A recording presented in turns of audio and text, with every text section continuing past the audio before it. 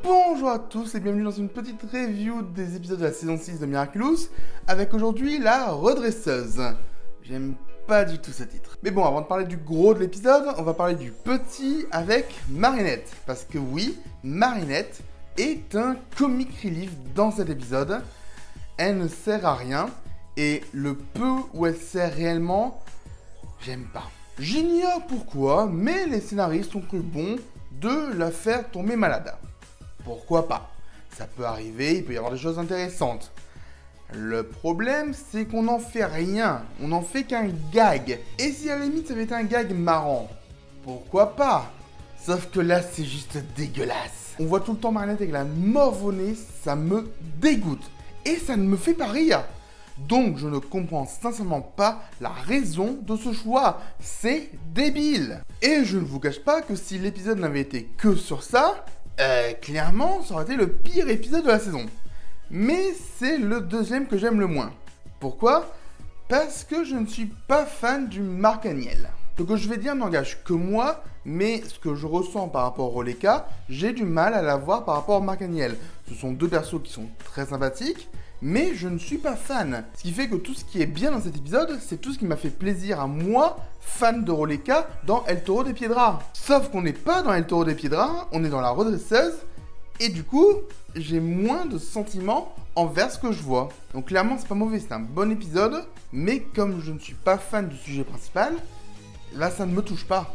Je veux qu'on soit clair sur ça, il n'est pas mauvais, c'est juste pas pour moi. Mais je vais quand même essayer d'en parler objectivement, parce qu'il y a plein de choses à dire. Tout d'abord, on va parler de la chose qui est la moins cachée du lot, mais le discours sur la bande dessinée. La bande dessinée est considérée comme le 9e art, mais il y en a plein qui ne considèrent pas que c'est le cas. Pour beaucoup de personnes, la BD est beaucoup moins somptueuse que l'architecture, la peinture ou la sculpture par exemple. Alors que clairement, c'est pas le cas. Je peux vous donner plein d'exemples de bandes dessinées qui sont des chefs-d'œuvre. Mais c'est pas l'objet de cette vidéo. Peut-être qu'un jour, je ferai une vidéo sur les bandes dessinées que j'ai lues, on verra, mais c'est pas pour tout de suite. Et pour revenir à l'épisode, le discours sur la bande dessinée est très intéressant, mais il y a d'autres sous-textes, notamment un sur l'homosexualité. Personnellement, je trouve qu'il est très bien mené, notamment on a un perso qui sort littéralement d'un placard.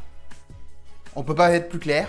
Et même dans le nom des personnages de la BD, à savoir Cœur Soleil et Perce Pluie, on a des allégories. Parce que le soleil et la pluie, ça fait un arc-en-ciel, le symbole gay. Et personnellement, je trouve que ce sous-texte est très intéressant. C'est vrai que c'est dommage que ce soit avec les personnages de Marc et Nathaniel qui ne me touchent pas assez, mais clairement, je peux pas dire que c'est un mauvais travail d'écriture. C'en est un très bon. D'ailleurs, il y a un autre sous-texte que je trouve très bon, c'est la BD, la manière dont on le raconte, ça spoil l'épisode en lui-même. La première fois qu'on nous parle de la BD, de ce qui va se passer dans la BD de Marc et Nathaniel, je me suis dit, ok, l'épisode va continuer comme ça, et c'est cool.